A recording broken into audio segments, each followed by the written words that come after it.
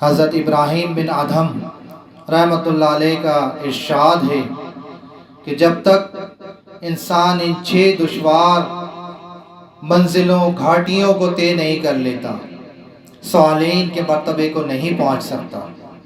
پہلی گھاٹی یہ ہے کہ اپنے اوپر عیش و نام کا دروازہ بند کر لے اور سختی کا دروازہ کھول لے۔ دوسری گھاٹی یہ ہے کہ اپنے لیے عزت کا دروازہ بند کر لے اور ذلت کا دروازہ کھول لے۔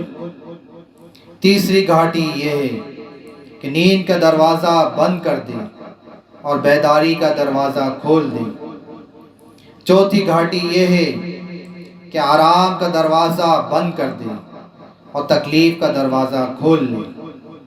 پانچویں گھاٹی دولت کا دروازہ بند کر دے، فقر کا دروازہ کھول لے۔